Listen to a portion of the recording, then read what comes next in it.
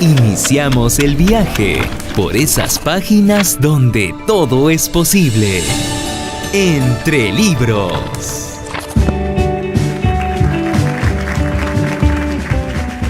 ¿Cómo están, amigos de Entre Libros de Radio Nacional del Perú? Como cada domingo a las 9 de la noche acompañándolos. En esta ocasión vamos a hablar de literatura, de cuentos y también de poesía. Pero vamos a hablar esta primera media hora con un libro de cuentos para niños que se llama Nasruddin y el sueño del sultán, escrita por Carlos Matius. Vamos a conversar hoy día con él y las ilustraciones han sido hechas por Andrea Sumalavia. Y en verdad es un libro de cuentos muy interesante porque tiene diversas historias y muy divertidas para niños que tienen de repente como un consejo al final o para tener una reflexión. Muy divertidos, en este libro hay bastante humor también y bueno, es acerca del personaje mítico del sufismo o mística islámica a través de las disparatadas historias de Nasruddin. Este es el libro y vamos a darle la bienvenida a Carlos Matius. ¿Cómo estás, Carlos? Bien, muy bien. Muchísimas gracias, Magnolia, por la invitación. No, a usted, en realidad, porque este libro nos llegó ya hace algún tiempito. Hemos estado tratando de coordinar y se ha hecho esperar, pero sí, creíamos básico definitivamente hacer la entrevista, porque para Carlos Matius, ¿por qué es importante escribir un libro de cuentos para niños? Es quizás algo por demás valioso alcanzar este tipo de conocimiento sagrado, particularmente los niños. Estamos viviendo una época en la cual la espiritualidad ha pasado a un segundo plano. Uh-huh. Y otra herramienta curiosa del viejo mulá de Nasruddin es que utiliza el humor. Uh-huh. Además, las historias son cortas, simpáticas, sencillas en su estructura. Entonces, es una pedagogía fácil y asequible para los pequeños. Sí. Ahora, en realidad, no solo es un libro para niños, ¿no? Eso es un poco el pretexto. Las historias de Nasruddin encierran mensajes sagrados detrás de esa aparente cuestión disparatada que narrabas y que pues pueden ser entendidos por niños y por mayores. Definitivamente hay cuentos que son no solamente para niños, sino también para adultos. Los he disfrutado, en realidad los he leído, son 8 cuentos que están aquí. ¿Y por qué ese nombre? ¿Por qué Nasruddin y el sueño del sultán? Bueno, de repente sería bueno presentar al viejo Nasruddin, ¿no? Ajá. Claro. Claro que sí, adelante. Sí. A ver, Nasruddin es un personaje de la mística islámica y particularmente el folclore de Medio Oriente. Uh-huh. En realidad los expertos no están de acuerdo si fue una persona real. Algunos dicen que sí, que nació en 1208 en una aldea de Hortu en Turquía. Uh-huh. Y otros dicen que no, que en realidad es un personaje tradicional que nunca existió y que viene un poco desde la época más remota de los árabes. Ahí sería el personaje de Yuha. Uh-huh. Luego pasa a Turquía, es Nasruddin Hoxha. Nasruddin significa gloria de la religión. Uh-huh. Y Hoxha sería como maestro, entonces el maestro gloria de la religión. Y luego pasa más bien al mundo persa como el mulá Nasruddin. Uh-huh. Y la palabra mulá alude a un erudito en el Islam, ¿no? Uh-huh. Entonces este es el Nasruddin. Quieran ustedes creer que existió, que fue un sheikh, un alcadí, uh-huh, un juez de su época. Nos está dando toda una clase con los términos de ese mundo. Bueno, es que quizás cuando lo lean no se van a aburrir como las cosas que estoy narrando, porque Nasruddin en realidad es muy divertido. Demasiado. Exactamente. Y sin embargo encierra una profundidad muy intensa. Ajá. Como habrás visto, mi querida Magnolia, ajá, este libro tiene una guía explicativa. Sí, al final. Exactamente. Ajá. Pero esa guía explicativa alude a 2 niveles. Uh-huh. Este libro puede ser leído por cualquiera y entendido en su enseñanza práctica. Uh-huh. Ese es un nivel. Uh-huh. El segundo nivel ya es el secreto escondido que está en cada historia. Uh-huh. Yo alcanzo algunas guías básicas, algunas pistas, pero tampoco quiero quitarle al lector el viaje y malograrle su propio camino, ¿no? Claro, y es importante también decir que es un mundo lleno de sultanes. ¿Qué son los sultanes, no? Son reyes o monarca islámico, visires, ¿no? Que aquí los he explicado, y también los derviches. Cuéntales a nuestros oyentes de Radio Nacional qué significa visires, derviches, que los van a encontrar aquí. Bueno, efectivamente, ¿no? El sultán sultán es una palabra árabe que en realidad significa poderoso, ¿no? Es un rango, para hacerlo simple, con occidente, sería como una especie de regente, de monarca. El visir sería una especie de asesor o ministro del monarca. Y el derviche, que es quizá lo más interesante, que viene del árabe darwish, ¿no? El derviche es alguien que sigue el camino del tasawuf o sufismo, o la mística del Islam, como tú señalabas. Entonces, efectivamente, en las historias de Nasruddin que están contenidas en este libro, van a encontrar personajes de ese tipo. Ahora, quizás, si bien es muy complejo tratar de definir qué cosa es el sufismo, podríamos explicar un tema que es, creo, relevante. Lo que está tratando de hacer el viejo Mulá Nasruddin con sus historias es explicar cuestiones del sufismo que son, digamos, difíciles de transmutar en palabras. Pero ha sido muy fácil en estos cuentos, y además es la manera de acercar otras culturas con los niños, inclusive para los adultos, en verdad. Quien lo lea para leerle al sobrino o a los hijos, va a encontrar ahí que los están acercando a otras culturas, ¿no? Yo creo que ese ha sido también un poco el objetivo. A ver, nos contarás, Carlos. Efectivamente. Te cuento algo más. Lo que pasa es que quien habla es profesor de sufismo del Centro de Estudios Orientales de la Universidad Católica. Y también eres árbitro. También soy árbitro internacional. ¿Cómo fluye con los cuentos? Lo que pasa es que la realidad, mi querida Magnolia, es una sola. Entonces, bien puedo ser árbitro profesional porque soy catedrático de Derecho de Arbitraje en la Universidad Católica, pero también puedo ser un humilde caminante. Quien habla es practicante de sufismo, específicamente la Tariqa Naqshbandi. Y puedo ser profesor de mística islámica. No hay ningún problema, la realidad es una sola. Al-Haq, la verdad, es una sola, mi querida Magnolia. Entonces, pero quizás esa pregunta tuya es muy valiosa porque me lleva a un punto. ¿Cómo nace este libro? Al ser profesor de sufismo del Centro de Estudios Orientales, llegó un punto en el cual, porque yo he leído estas historias desde muy joven, y me conozco cientos de estas historias. Entonces, en un punto del tiempo, me percaté de lo difícil que a veces suele ser trasladar el conocimiento del tasawuf, del sufismo, a los alumnos. Una manera fácil, porque el humor rompe esas barreras lógicas. Sí. Es como una especie de pértiga que te ayuda a saltar esas paredes que las personas suelen colocar. Cuando quieres tú alcanzarles algo, que como diría en el sufismo, esta boca es un agujero demasiado pequeño para que pase todo un mar. Esa es la idea. Entonces, el humor de Nasruddin es una herramienta para ello. Y era una consecuencia necesaria y además agradable de ser profesor de mística islámica. Entonces es una cosa que vino como algo natural. Y Nasruddin y el sueño del sultán, estamos conversando con Carlos Matios, y aquí hay unas ilustraciones. Estas ilustraciones han sido a cargo de Andrea Sumalavia. Cuéntanos cómo fueron las coordinaciones. ¿Tú tuviste coordinaciones con ella? Fue parte de la editorial, que por cierto es una editorial española que se llama Mandala Ediciones. ¿Cómo es que llegaste a esa editorial? Cuéntanos también lo de las ilustraciones. Claro que sí.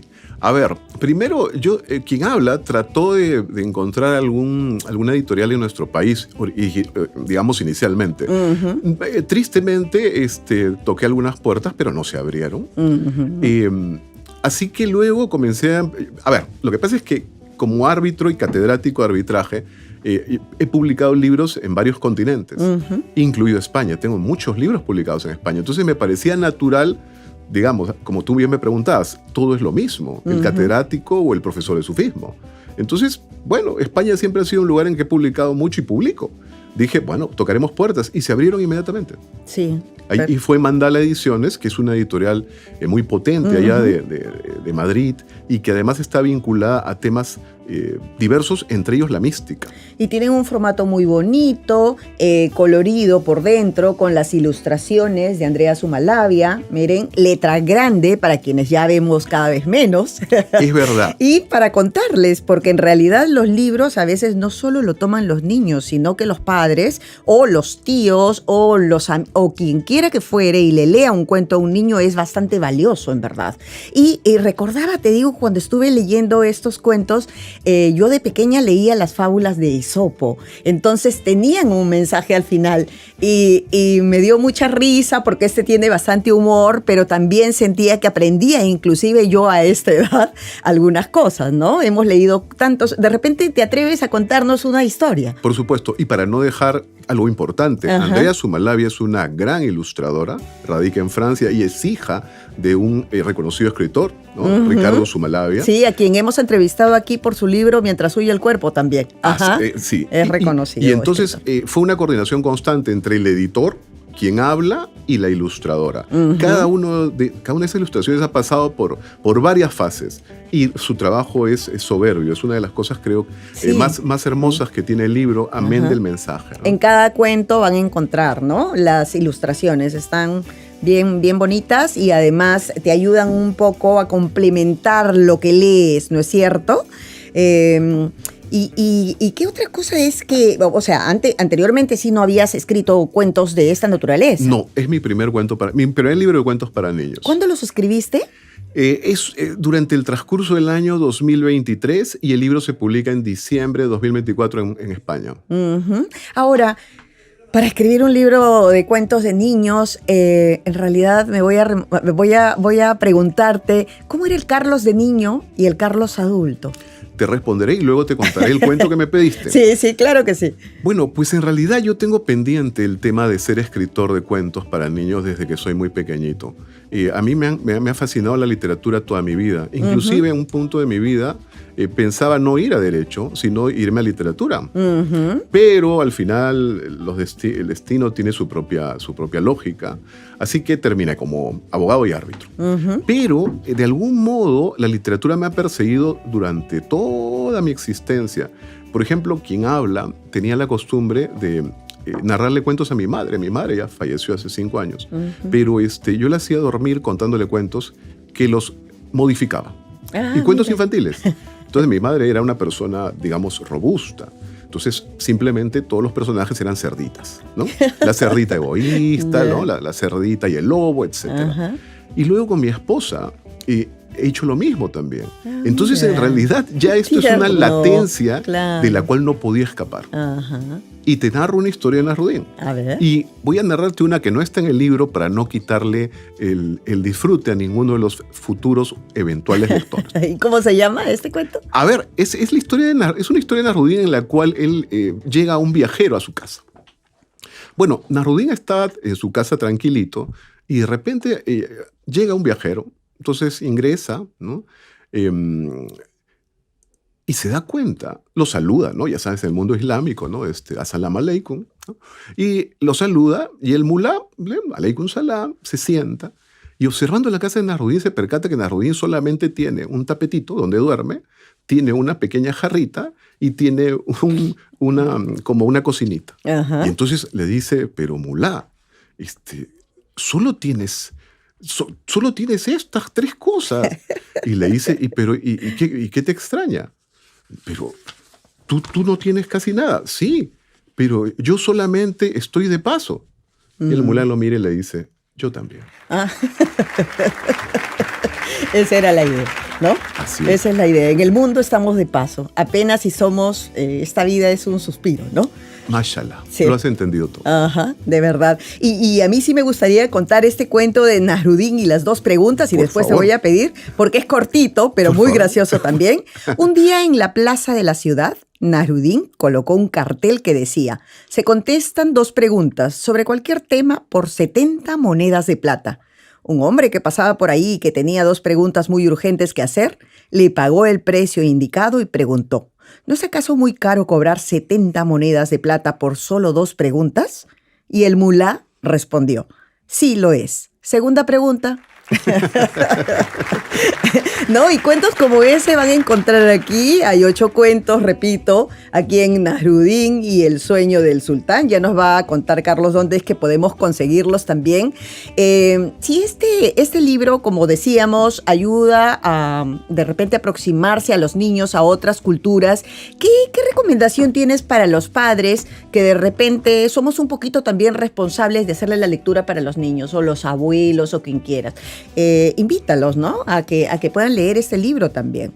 Bueno, en realidad animaría a todos los padres, abuelos, familiares y demás interesados en alcanzar un poco de luz a la vida de los pequeñitos, a pillar este libro de Nasruddin y El sueño del sultán. En realidad, más allá de todas las palabras que puedan haber sonado extrañas sobre mística del Islam que he estado mencionando, la esencia del libro es simplemente alcanzar la espiritualidad al pequeño.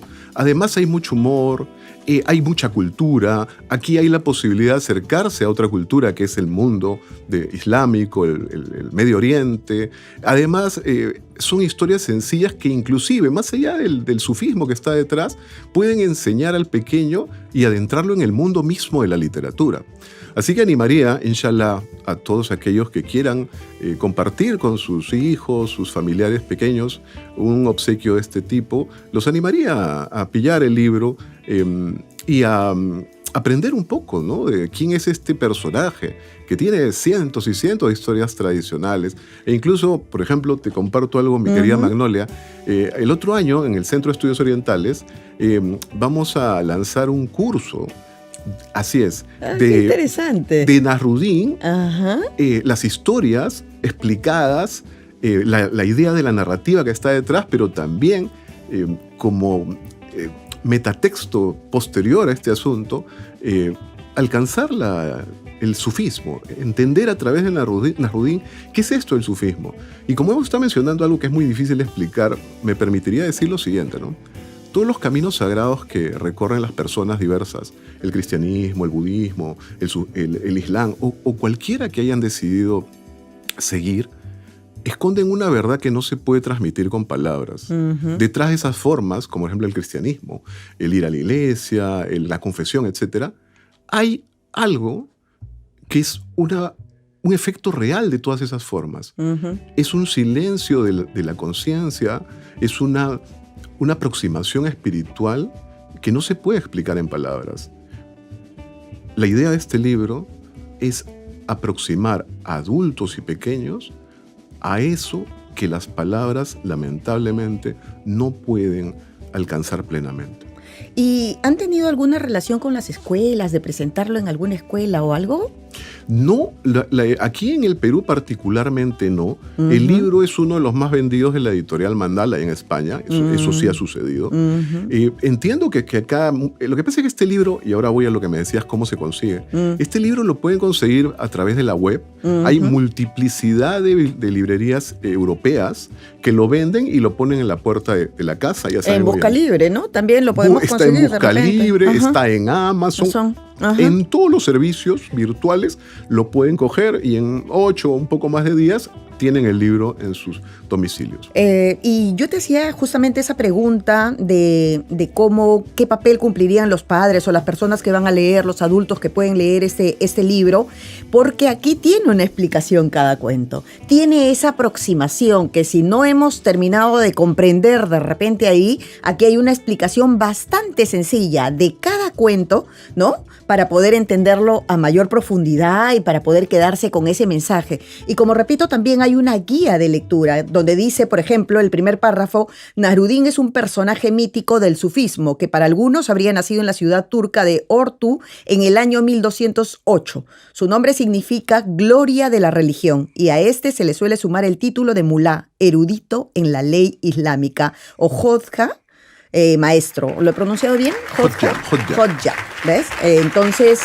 yo creo que aquí tienen inclusive la explicación y todo, pero me atrevería a pedirte que nos leas uno de los cuentos, porque ese de que estamos de paso en esta vida no está en este libro. No está. Ahora, si quieres, te narro otro que no está en el libro. Pero ahí va mi otra pregunta, porque así nacen muchas preguntas.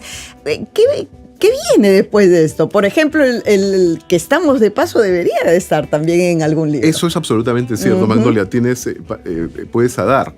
Sí, efectivamente, Nasrudin no va a terminar, ¿no? Viene otro libro sobre Nasrudin. En realidad podría, digamos, producir diversos libros, pero todo tiene un tiempo.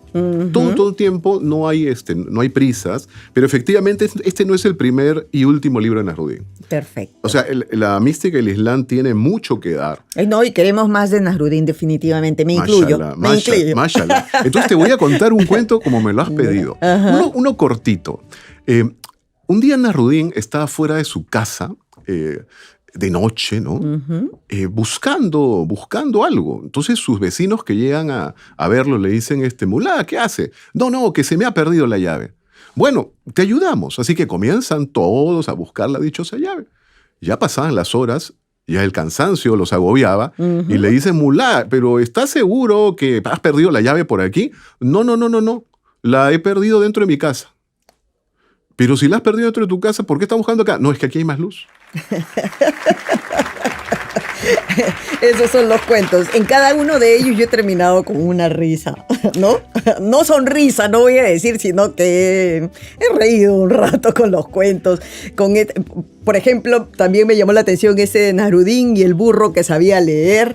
¿Qué influencias de cuentos para niños, de libros para niños has tenido o has revisado? Porque no es sencillo, pues, ¿no? A veces uno escribe libros para la academia, no necesariamente literatura, y el corte es otro, definitivamente, ¿no? Hay que profundizar por otros lares. Entonces, en este caso, ¿cómo ha sido contigo? Te cuento. A ver, en realidad he tenido la enorme fortuna de encontrar y seguir caminos sagrados desde hace un tiempo que no es tan pequeño. Quien habla, practica y además estudia el budismo Dzogchen desde hace más de 23 o 24 años. Además practico y estudio la mística del Islam desde hace más de un lustro. Entonces, en esa senda he estado expuesto no solo a la práctica formal, sino también a muchas historias. Es una magnífica pregunta la que tú haces. ¿Sabes por qué? Porque así como en el sufismo, o sea, en el Islam, en la mística islámica, existe Nasrudin que tiene historias graciosas, medias delirantes, medias curiosas.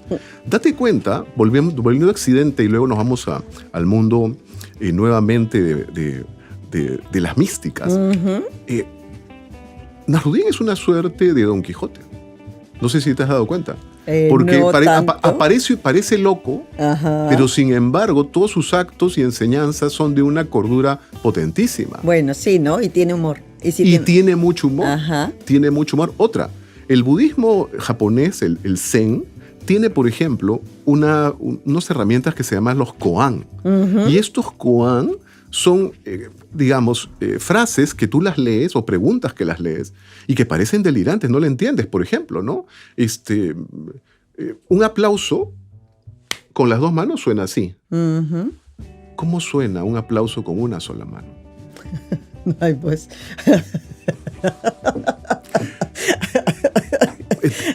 No va a parar. Es más, hay palabras que... Absolutamente. Es más, te cuento algo más, Magnolia. Estoy haciendo el camino, los procedimientos incluso, para crear en la Facultad de Derecho de la Católica un curso de meditación y derecho. Ay, qué interesante. Sí, porque date cuenta que la mente humana, y particularmente los abogados, estamos expuestos, y estudiantes de derecho también, a grandes niveles de tensión. Hay muchos problemas con el tema de la salud mental. Entonces, el sufismo es eso. Si tú me hubieras preguntado, por ejemplo, ¿y cómo se practica el sufismo? No es sino meditación. En el sufismo existe una práctica que se llama en árabe dhikr, que significa recuerdo. El recuerdo de Alas Fatala, de Dios, ¿no? Me voy a inscribir a tus clases definitivamente, ¿ah? Inshallah. Para retornar al curso que tienes sobre la cultura oriental. Me decías que iban a... El otro año vamos a... te lo vuelvo a precisar si es que no he sido muy claro. El otro año, inshallah, en el Centro de Estudios Orientales vamos a ofrecer un curso. O sea, yo años anteriores he ofrecido el curso de sufismo. Ya. Pero digamos que quizá el público todavía no está tan animoso, ni preparado, ni entiende la idea de qué cosa es la mística del Islam. Entonces, la idea va a ser un curso de Nasruddin con las historias para narrarlas, para explicarlas en su contexto sagrado, e incluso para también aprender a narrar como Nasruddin. ¿Para qué edades? ¿O para es todo abierto? Abierto a todo tipo de edades, Perfecto. desde pequeñitos hasta centenarios. Perfecto. Carlos Matius, hemos estado contigo conversando, de verdad nos has dado una clase. Muchas gracias por estar aquí en Radio Nacional y ya saben, vayan por su libro Nasruddin y el sueño del sultán de Carlos Matius, ilustraciones de Andrea Sumalavia. Pueden verlo en la página web. ¿No? Nos acaba de decir que también lo pueden pedir por Busca Libre, por Amazon, a pesar de que ha sido editado en una editorial española, pueden tener ese acceso. Así que nos vamos a la pausa con esto y despidiendo al gran Carlos Matius, que nos ha venido a hacer reír un rato y a darnos una clase maestra. Gracias, Carlos. Shukran. Les esperamos, no se muevan, vamos a movernos un ratito nosotros y venimos en unos minutos con Entre Libros en Radio Nacional del Perú.